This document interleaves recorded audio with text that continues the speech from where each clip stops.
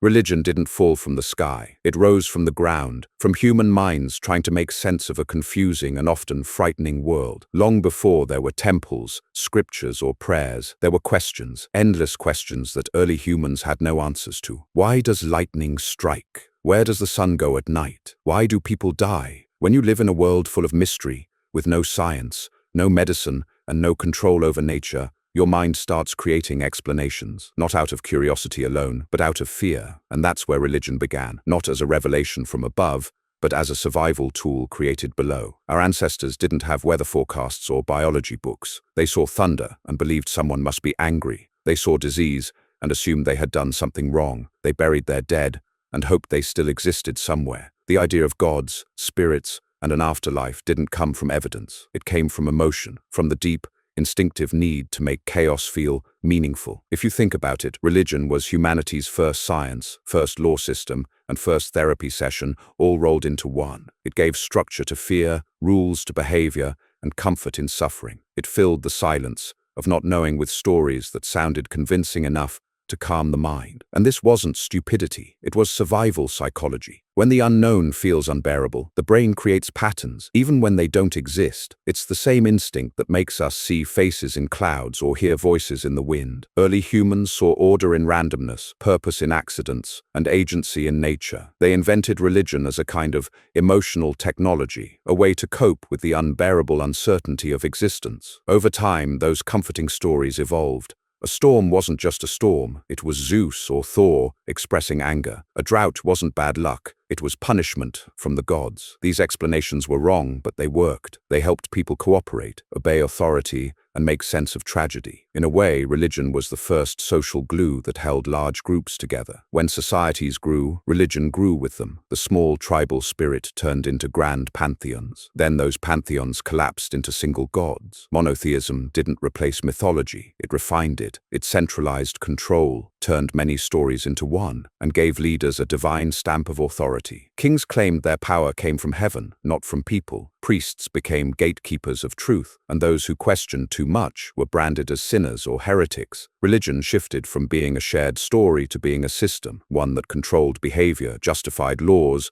and defined morality. But beneath the rituals and commandments, the core purpose remained the same: to ease fear, to explain the unexplainable, and to give meaning to suffering. One of the strongest reasons religion persisted is death. The awareness of mortality is one of the heaviest burdens of consciousness. Animals die, but humans know they will die. That knowledge is terrifying. So we invented stories that softened it. An afterlife, reincarnation, resurrection, anything that said, this isn't the end. It's not a coincidence that almost every religion promises life after death. Heaven, nirvana, paradise, different names for the same psychological balm. They tell us death is not a loss, but a transition, a comforting story that lets people face the inevitable without breaking down. And then there's morality. Many claim religion gave us ethics, but it's more accurate to say it organized them. Compassion, fairness, loyalty. These instincts existed long before temples were built. We see them in other primates, in how they share food, care for offspring, or punish cheaters. Religion simply wrapped those instincts in sacred language. It said, do good because God commands it, not because empathy is natural. By doing that, religion gained immense power. It became the authority not just on life, but on meaning. It claimed to define right and wrong, purpose and destiny. And for a long time it worked, because people needed something bigger than themselves to believe in. But here's where it gets interesting. The same imagination that invented gods also invented logic, philosophy, and eventually, science. As humans learned to ask better questions, the old stories started to crack. Lightning turned out to be electricity, not divine anger. Disease was caused by bacteria, not curses. The sun didn't disappear, the earth simply rotated. Every time we discovered a natural explanation, one piece of the supernatural fell away. Yet religion persisted. Why? Because it had shifted from explaining the world to comforting people within it. In a way, the emotional power of religion outlived its factual purpose. It became part of identity, tradition, and culture. People stopped believing because of evidence and started believing because of belonging. Religion also offered a moral community, a sense of being part of something bigger, shared rituals, shared values, shared enemies. Humans are social animals, and religion exploited that instinct perfectly. It turned tribes into civilizations bound by the same invisible story. Even today, In an age of science and global communication, religion survives not because it explains the world better, but because it fulfills emotional needs. Science doesn't address the need for connection, comfort, and meaning. You can think of religion as an emotional mirror. It reflects our hopes, fears, and ignorance back at us, dressed as divine truth. When people feel powerless, they turn to prayer. When they're afraid of death, they turn to heaven. When they want justice but can't find it in this life, they imagine it in the next. This isn't stupidity, it's the brain's attempt to survive emotionally in an unfair universe. But over time, what began as a coping mechanism became institutionalized. The storytellers became rulers, and the myth became a system of control. Religion wasn't just belief anymore, it was authority. It dictated who could marry, what people could eat, who could speak, and even what thoughts were allowed. Those who claimed to speak for God became more powerful than kings. Because when power is justified by the divine, it's unquestionable. That's when religion stopped being about comfort and started being about control. But here's the paradox. The same mind that created gods also learned to outgrow them. Human progress is the story of moving from faith to understanding, from mystery to clarity, from fear to reason. As our knowledge expanded, the gaps that religion once filled began to close. Yet even with all our discoveries, the emotional need behind religion hasn't vanished. The universe is still vast, life is still fragile, and meaning is still something we have to build ourselves. That's why religion still feels powerful, because it offers simple answers to complex problems. It tells people what they want to hear, that life has a plan, that suffering has a reason, that someone is watching over them. Those ideas are comforting, even if they're illusions. But illusions, no matter how soothing,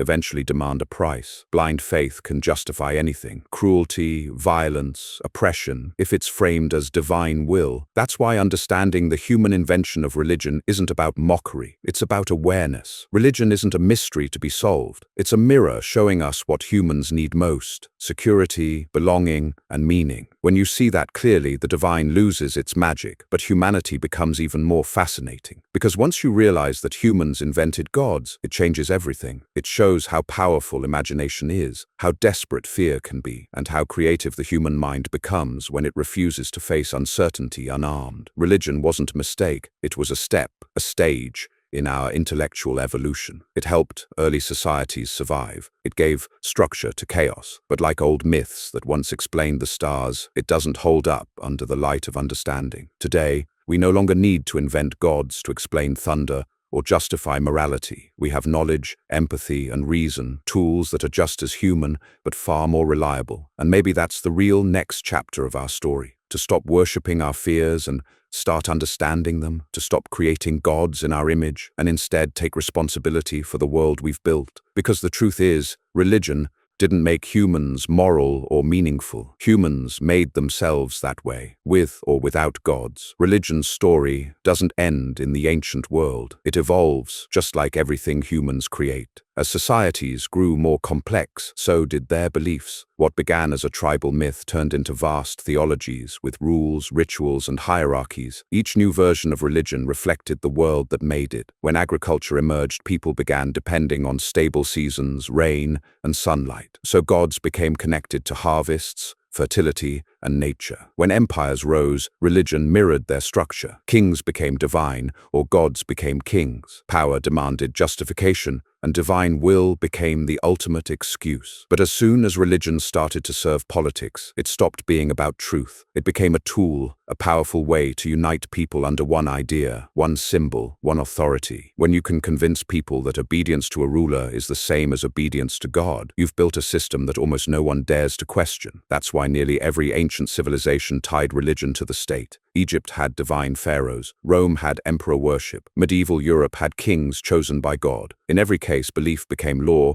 and questioning became sin. The irony is that the more organized religion became, the further it drifted from the personal, emotional needs that created it in the first place. It began as a way to find comfort and control in a chaotic world, but it evolved into a way to control people themselves. This transformation didn't happen by accident. Leaders learned that fear was the most reliable way to keep people in line. Fear of punishment, fear of damnation, fear of angering unseen forces, and since no one could prove or disprove those fears, they became the perfect leash. Entire cultures were shaped around this invisible system of reward and punishment. Heaven and hell became psychological weapons. Do what we say, and you'll be rewarded forever. Disobey, and you'll suffer for eternity. When you step back, it's clear how effective that is. No police force could ever watch every citizen, but a God could. No government could control every thought, but divine judgment could. Religion didn't just survive because people believed it. It survived because it became useful to those in power, to those seeking meaning, and to those afraid of uncertainty. But the real brilliance and tragedy of religion is how it adapts. When one version loses influence, another rises to replace it. When old gods fade, new ones appear with updated names, new rituals, new holy books. The human need behind it never disappears.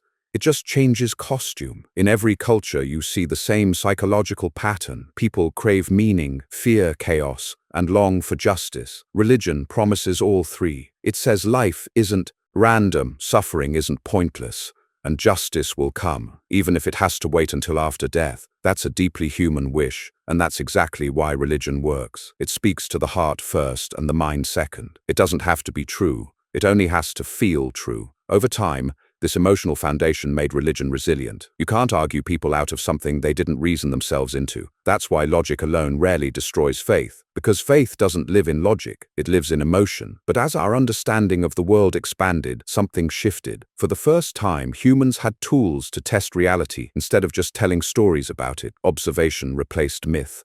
Experiment replaced revelation. Science didn't just provide new answers, it changed the entire way we ask questions. It demanded evidence, repeatability, honesty about uncertainty. Things religion could never fully allow, because faith depends on certainty, on the feeling of absolute truth. Still, many tried to merge the two, to make religion compatible with new discoveries. But no matter how much you reinterpret, at some point, the cracks show. Ancient texts written by people who thought the earth was flat don't suddenly become cosmic truths in a universe of galaxies and black holes. And yet, even today, people cling to these old ideas, not because they make sense, but because they feel safe. Because letting go means facing a universe without guarantees. That's the hardest part about outgrowing religion. It's not losing God, it's losing certainty. The comforting illusion that someone somewhere has a plan. But maybe uncertainty isn't the enemy. Maybe it's the price of freedom. When you stop believing the universe revolves around you, you start to see how extraordinary it really is. Not because it was made for you, but because it exists at all. Religion gave humans a story, but science gave us reality. And the truth, even when it's uncomfortable, is far more interesting than any myth. Still, the emotional needs that once gave birth to religion haven't vanished. People still seek meaning, purpose, belonging. That's why new forms of secular religion are emerging. Political ideologies, nationalisms, even celebrity cultures. Each promises identity and belonging. Each gives people something to worship, even without gods. It's proof that the religious instinct isn't about gods, it's about being human, and understanding that instinct is the key to moving forward. Because when you see religion for what it is, a human creation built from fear, hope, and imagination, you stop needing it to be true. You can appreciate what it tried to do without being trapped by what it claimed to be. You can admire the creativity of early humans who looked at the stars and saw meaning, even if they were wrong about what that meaning was. You can respect the stories for their poetry without mistaking them for facts. And most importantly, you can start building your own meaning, one that doesn't depend on invisible forces or promises of eternity. Because the real beauty of existence doesn't come from divine design. It comes from the fact that we made sense of it ourselves, from nothing, through curiosity, imagination, and courage. When you realize that humans invented religion, you're not just debunking a myth, you're recognizing something powerful about our species, that we have the ability to create comfort out of chaos, to turn fear into story, and story into culture. That same ability can now be used for something better, not to divide or control, but to understand and connect. Religion was humanity's first attempt to understand itself. Science, philosophy, and art are the next. They're not enemies of faith. They're its evolution, the grown-up versions of the same impulse, to ask who we are, where we came from, and what it all means. The difference is we no longer have to invent gods to find answers. We can find them in reality itself, in the patterns of nature, in the history of life, in the neurons that generate thought and emotion. The universe doesn't need to care about us for it to be beautiful. We don't need a cosmic plan to create purpose. Meaning isn't something we're given, it's something we build. And maybe that's the most liberating truth of all, that we are not characters in someone else's story. We're the authors of our own. When you understand religion as a human invention, the question shifts from, is it true, to why did we need it? And that's a much more interesting question, because the need for belief tells us more about human psychology than about the divine. It reveals how our brains evolved to prefer stories over uncertainty, patterns over randomness, and comfort over chaos. We're wired to find meaning, even when none exists. Cognitive scientists call it patternicity, the tendency to see connections where there are none. It's what makes us see shapes in clouds or hear whispers in the wind. In ancient times, this instinct helped us survive. If a rustle in the bushes might be a predator, assuming danger could save your life, but that same instinct, applied to the universe, turns coincidences into signs and accidents into destiny. And once a few people began interpreting events that way, those interpretations spread. Humans imitate. We follow examples, especially from those who seem wise or powerful. A story told by one person around a fire can become a belief shared by an entire tribe. Religion, in this sense,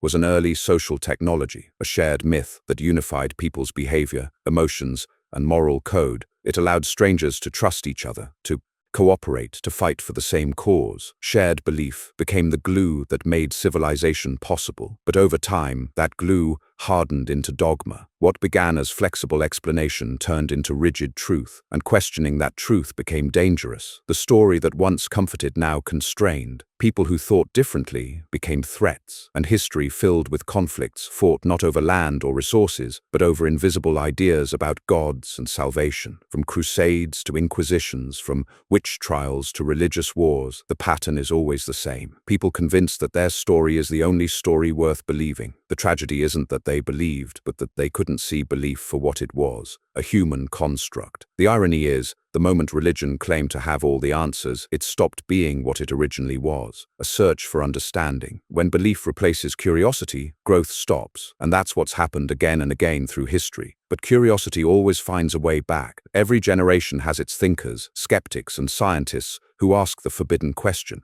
what if the story isn't true? And every time that question is asked, humanity moves a little closer to reality. The rise of critical thinking, philosophy, and later science didn't just weaken religion, it transformed how we define truth. Instead of faith being a virtue, evidence became one. Instead of blind obedience, we started valuing doubt. Doubt, after all, is not the enemy of truth, it's the path to it. And the more we embraced doubt, the clearer it became that religion was less about discovering reality and more about protecting identity. People don't cling to religion because they love myth. They cling to it because it gives them belonging, certainty, and purpose. That's what makes it so powerful and so hard to let go. But here's something important. Letting go of religion doesn't mean losing meaning. It means taking responsibility for creating it ourselves. When people no longer have divine instructions, they have to ask, what kind of world do we want to build? What values actually make sense for us as humans, not as followers of a god? And that's the real test of maturity, moral, intellectual, and emotional. It's easy to behave when you think someone's watching. It's harder and more meaningful to do good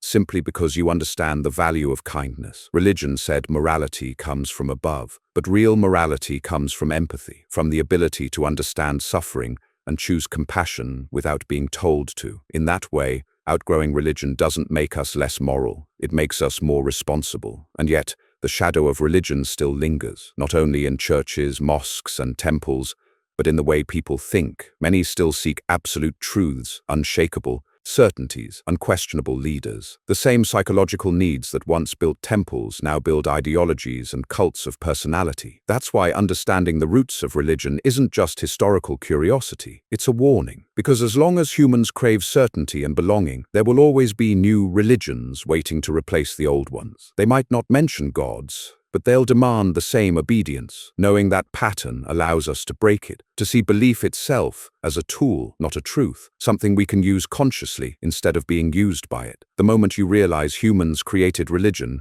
you gain a strange kind of freedom. You stop searching for cosmic permission and start creating your own path. You no longer need to believe the universe owes you meaning, because you realize you are the one who gives it meaning. That realization doesn't make life colder, it makes it deeper. It replaces comfort with courage, illusion with honesty. When you understand that everything you are, your thoughts, values, emotions, are the product of an evolved brain trying to survive and make sense of reality, you don't feel smaller, you feel connected to all of humanity, to all of life. You see that the real miracle isn't divine intervention, it's consciousness itself, this fragile, fleeting awareness that lets us experience the world and reflect on it. And when you think about that, about how a species crawling out of the dirt invented gods to explain thunder, then telescopes to explore galaxies. It's hard not to feel awe, not religious awe, but human awe, because our story is bigger than any holy book could contain. We didn't need divine revelation to reach the stars. We needed curiosity, cooperation, and courage, the same qualities religion once tried to protect,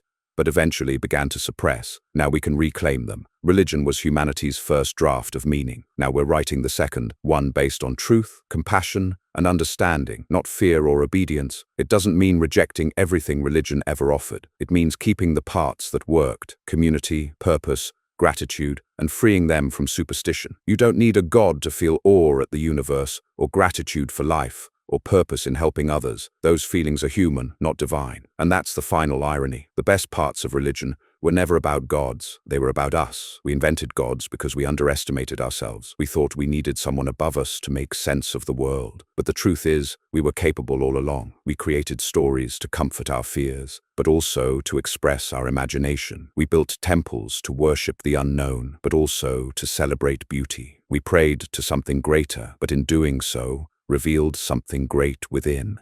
That's the real legacy of religion, not divine truth, but human creativity. And now for the first time, we can honor that creativity without kneeling to it. We can take what was once superstition and turn it into understanding, take myth and turn it into meaning. Because the story of humanity isn't about gods watching over us. It's about us learning to open our eyes. We created religion because we needed it. Now we can let it go because we've grown beyond it. Not to erase it, but to understand it, to see it as part of our history, not our destiny. And maybe one day, when people look back at our time, they'll see that the moment we stopped worshipping the imaginary was the moment we truly started understanding the real. That's not the end of faith. It's the beginning of wisdom.